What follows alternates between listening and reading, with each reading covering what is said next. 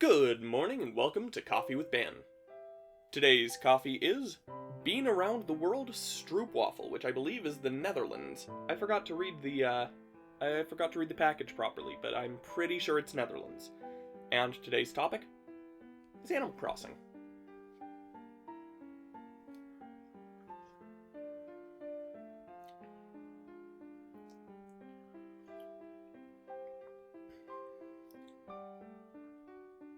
I've gotten very bad at noticing flavors in coffee.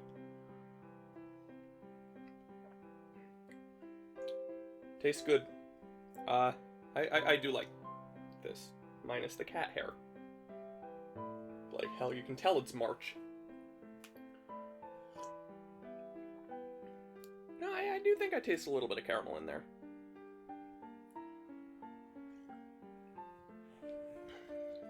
I like that. So, Animal Crossing is a series that is very near and dear to my heart. As you can tell by the fact that I have 4 out of 5 of the games here. I'm currently missing the GameCube one. I don't know. Costs too much to replace, so. But I can still talk about it. I've played it. It's pretty fun. Animal Crossing, for those of you who don't know, Animal Crossing is a sort of life simulation game. It's very much meant to be a cozy little experience, right? You just kind of plopped down in a village.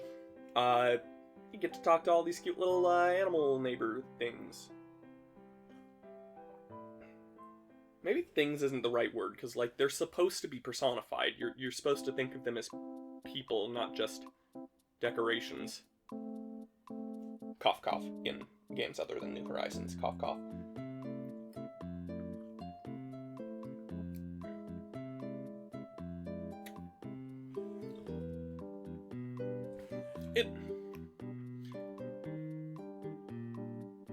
I don't know.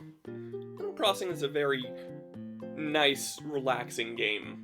It's one that I have a lot of nostalgia for, particularly Wild World, right? Wild World was one of the first DS games that I ever got. I got it from, I want to say, my sister? Actually,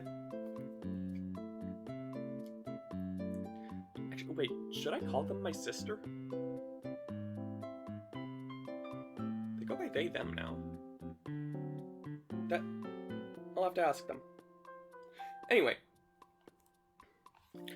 I got Wild World from a sibling, and unfortunately I don't have the actual original box. That I don't even know if I got the actual box from said sibling. I just know that I got the cartridge initially from them.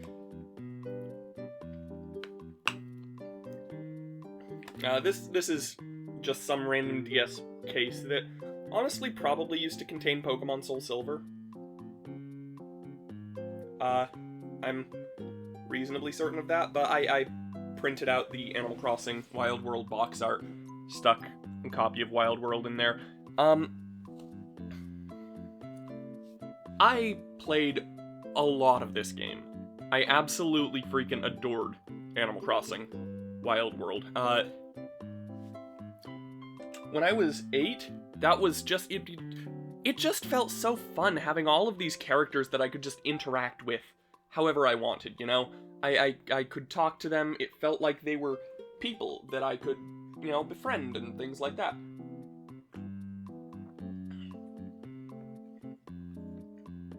This isn't actually my childhood copy of Wild World. Unfortunately, that has been lost in this house for years. It's somewhere. Probably in one of the heater vents, knowing me. This one is from a different sibling. So, I got Animal Crossing Wild World from a sibling. I lost it years ago, back when I was like 12. And then, more recently, around age 17, I think, I got this copy from a different sister.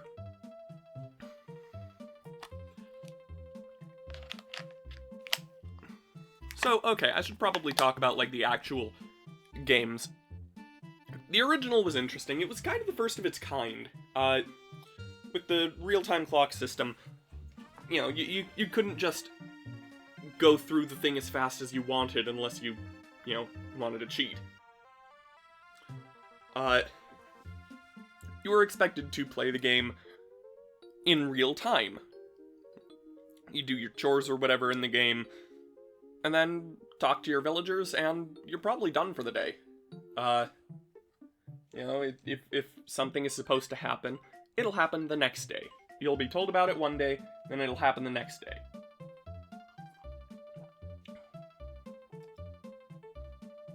Right, so like, you know, you buy and sell stuff at the store, and then you're told, like, oh hey, you've bought and sold a lot of stuff. We're going to upgrade. We won't be available tomorrow. And then the next day after that, you've got a cooler, bigger, better store. I don't know how I'm trying to go through this one. Like,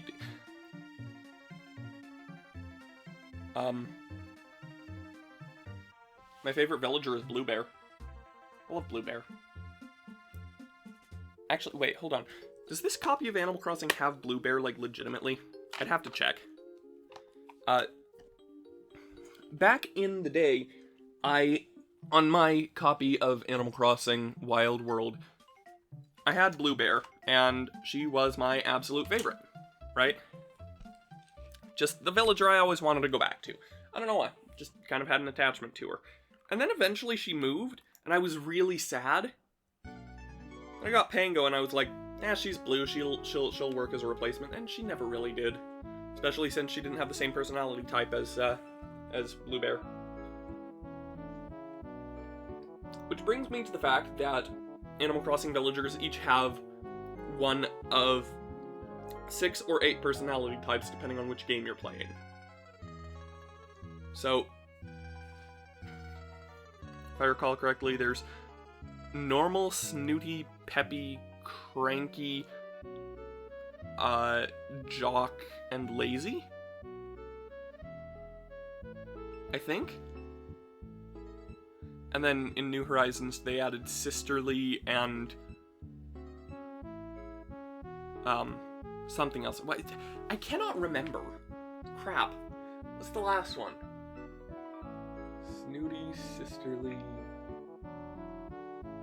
okay, snooty, normal, sisterly, peppy, lazy, cranky, jock, and...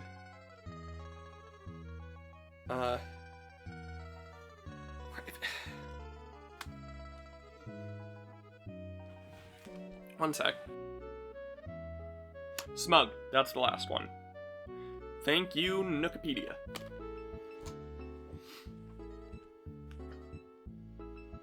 So I don't know what was introduced when.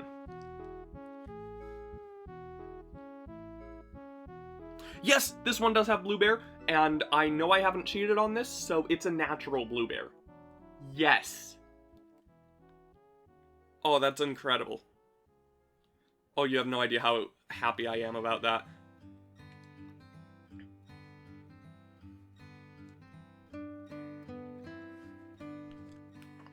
Anyway, right, okay, so the original Animal Crossing was very obviously the beginning, right? Like, it was a little bit bare bones compared to later entries. The original. Okay, so it started as Dobutsu no Mori on the N64, which was quite bare bones. Like, even compared to the GameCube game.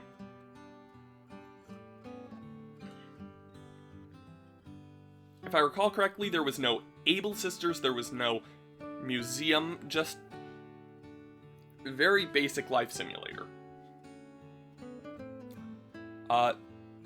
Then it got a port to GameCube in Japan as Dobutsu no Mori Plus, which gave it things like the clothes store, the Able Sisters, and the museum, with Blathers and all of the exhibits and such, and that was pretty cool. Then that got localized into America with a whole lot of changes, a whole lot of additions, a lot of new fish and bugs to catch, other stuff. I don't know, man. If you want to learn a whole lot about the GameCube game, look at Hunter R. Dude's got some incredible videos, talks about, like, all of the interesting inner workings of Animal Crossing. A lot of weird novelties in it and such. And, just check the guy out. He's really cool.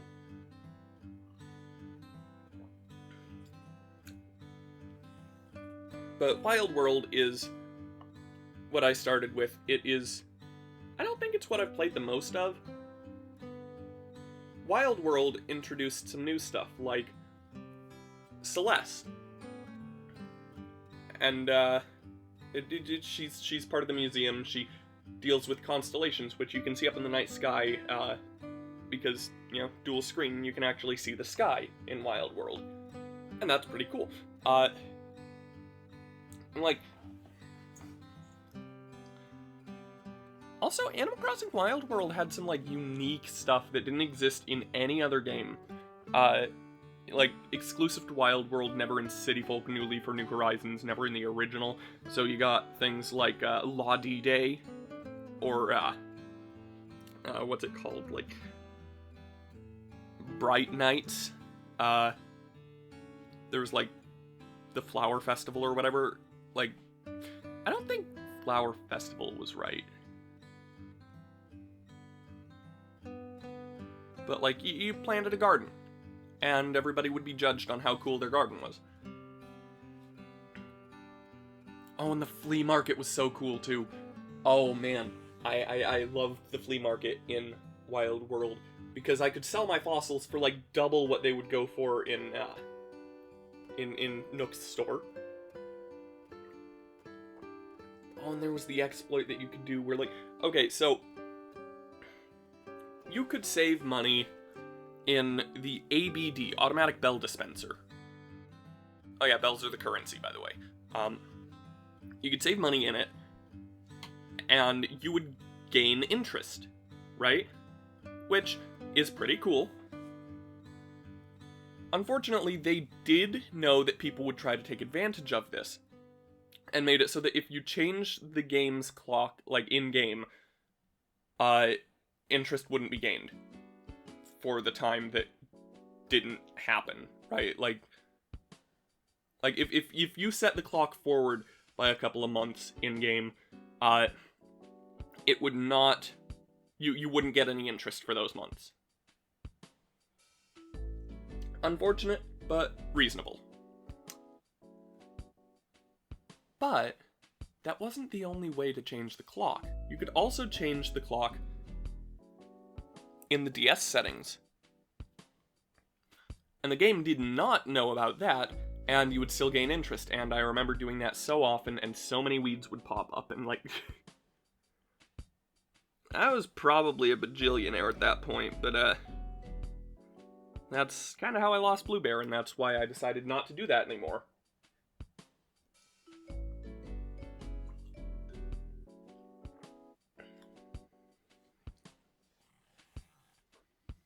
And then,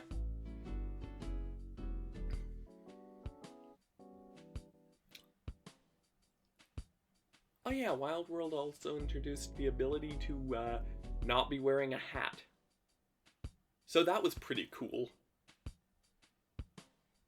And in fact, introduced the ability to wear different hats, which is also pretty cool. Now, I suppose I should move on to City Folk before I get, like, just completely waxing nostalgic or whatever over Wild World. City Folk, it's mostly just Wild World again. Like, the art style is exactly the same. There are a bunch of new stores in the city that you can go to.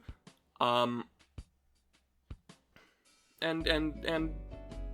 that's basically like all of the changes.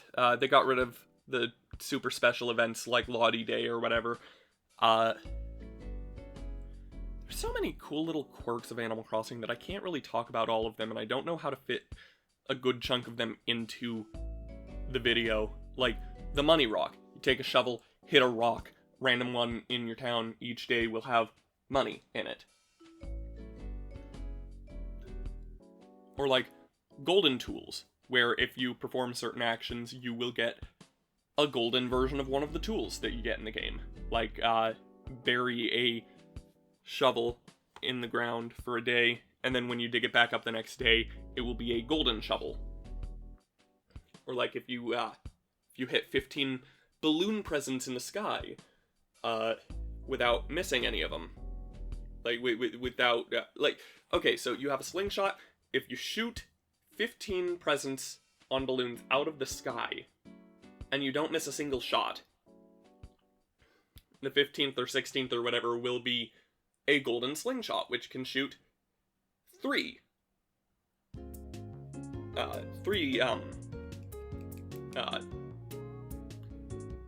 like rocks or projectiles. We'll call them projectiles.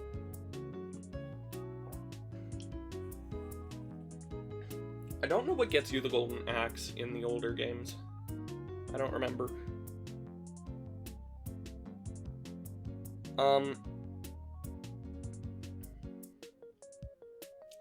Anyway.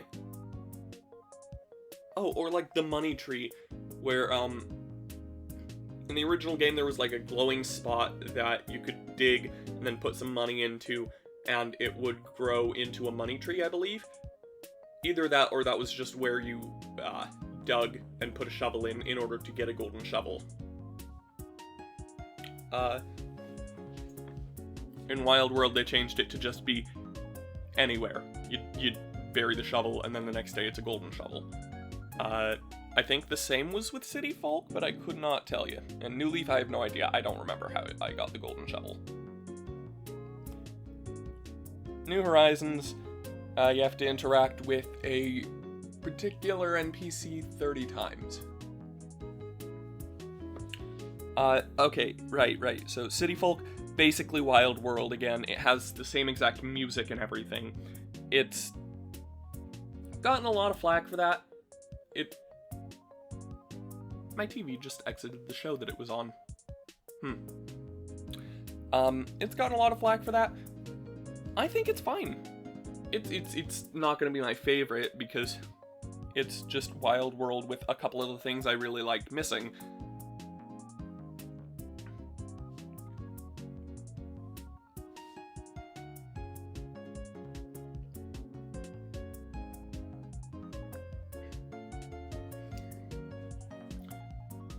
New Leaf is where the series really started to get interesting, right? So, New Leaf was the first to really change the formula. In the first 3 games, you hop off of whatever transportation you're on, be it train, bus, car, taxi, whatever. And you are just given a house by Tom Nook, and to repay it, you have to do some chores for him. And once you've done those chores, you still have to repay the rest of the house, but, like, you're free to do whatever. New Leaf was, it dared to be different. Sort of. Instead of hopping off the train and immediately, getting a house from Tom Nook, you hop off the train and you're mistaken for the mayor. And then you just become the mayor because you're mistaken for the mayor. And, like, the real mayor does send you a letter saying, hey, I was supposed to be mayor, but shh. Please, you do it instead. I don't want to do this.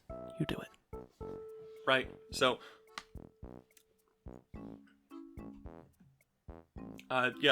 you become mayor, and you have a lot more control over your town, right? The city from City Folk has been replaced with just Main Street, which is where, like, all of the shops are. You've got the museum, you've got, like, the fortune teller, and And, like, Tom Nook is no longer the store owner, he's just in real estate now. So he still provides your house. But, like, I don't know.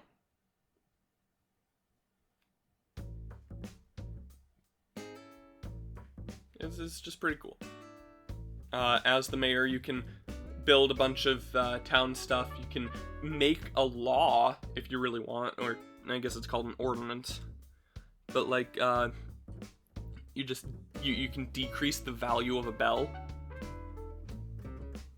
which they call bell boom, which is kind of funny. It just means that everything buys and sells for more. So you've just decreased the value. Congratulations.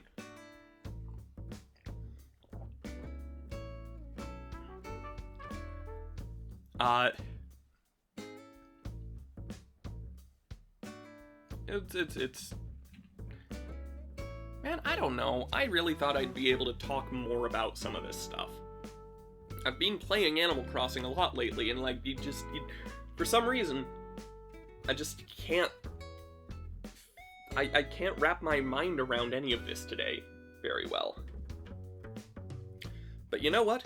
No matter. New Horizons is the latest game in the series. And it, wait, no, my cartridge wouldn't be in here. It would be probably in my Switch. Or my Switch 2. Whatever. Words. Okay. Give me a minute.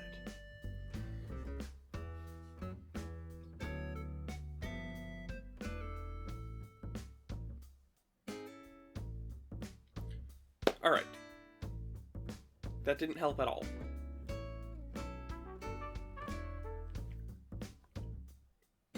New Horizons for the Switch is the most recent game as of the recording of this video. Nothing new has been announced, probably won't be for a few years because we got an update for Switch 2 recently. But, New Horizons is pretty neat. This time, you are on a desert island. You get to craft stuff, and you get to, like, build up your entire island.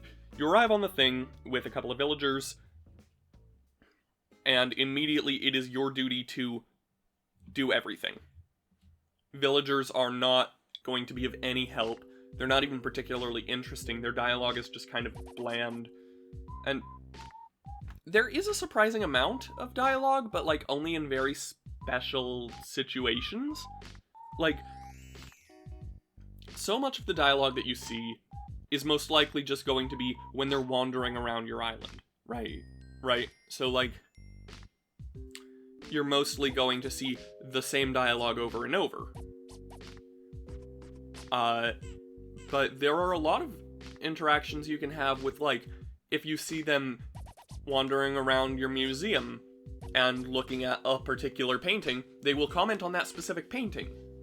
But how often are you going to do that?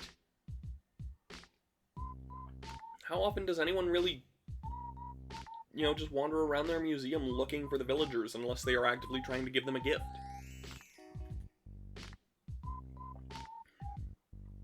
New Horizons does have more of a plot than previous Animal Crossing games, because the whole thing is you're trying to build up the island to be, like, as cool as possible. Like a tourist hotspot or something, I guess. And so the goal is basically just get KK Slider to perform on your island. Once you do that, you are, like, completely free. Do whatever you want. But, like, you just gotta decorate your island, make it look nice and pretty, and make people enjoy it, and you win. Beyond that, it's just a sandbox. The villagers are of not a whole lot of importance to this one. Interactions are definitely, they take a back seat to decoration and terraforming, just making the island your own. And with the whole crafting system, it feels like they saw Minecraft succeeding super hard and were like, we have a vaguely open world, vaguely sandboxy game. Let's do that.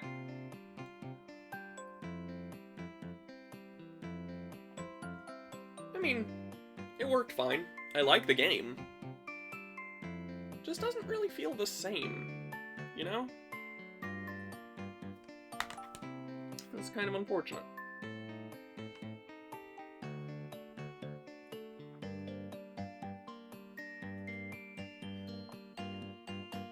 Of course, these are not the only Animal Crossing games.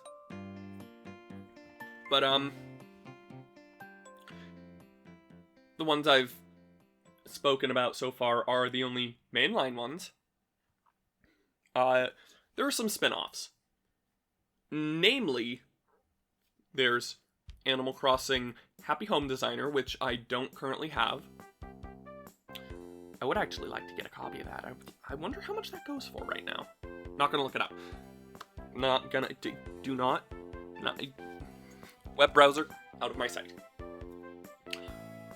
But, anyway, there's Happy Home Designer, which is all about designing dream homes for people, right? And it's kind of like the house building aspect of The Sims. But, that's the entire point of the game, and it's cute and it's fun.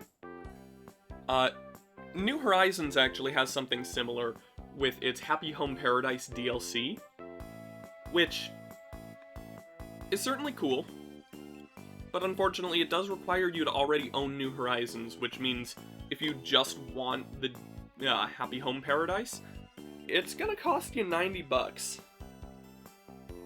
And you'll get the part of the game that you don't really want, you know? But it's fine, I guess. I do enjoy Happy Home Paradise. And then there's... Wait, no, there is one other Animal Crossing game that's kind of mainline, kind of spin-off? How do you feel about smartphones? This isn't a smartphone, this is an iPod Touch, but like... You get what I mean. It's a perfectly adequate analog. And I don't currently have a working smartphone here other than the one that I'm recording with. Anyway. There is Animal Crossing Pocket Camp, which is very much a mobile game version of Animal Crossing. It just feels like it. I haven't played a whole lot of it, but I remember not really caring that much for it. Because, honestly, I don't like mobile games that much. They have never interested me a whole lot. But then, there's Amiibo Festival. Which I really do want to own, but I don't have any Amiibo. Amiibo Festival is the Animal Crossing game for Wii U. No, it's not. Like, okay, So, Amiibo Festival is... like... it's Sonic Shuffle for Animal Crossing. Just kind of a poor Mario Party knockoff game, right? And it has a stupid gimmick, came out on a failed console, and was the only... No, actually, hold on, Sonic Shuffle was not the only Sonic representation on Dreamcast. I'm dumb, I was thinking of Saturn. But, like, it was the only Animal Crossing representation on Wii U.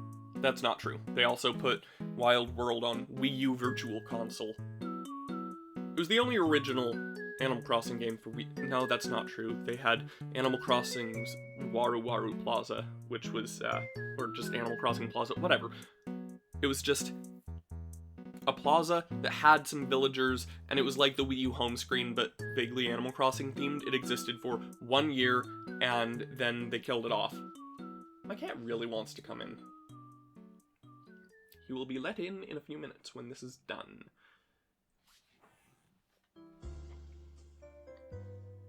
But Animal Crossing Amiibo Festival was bad. You had to use amiibos. You played through the board game, which, by the way, the board game was the main part. It did not have a lot of mini-games.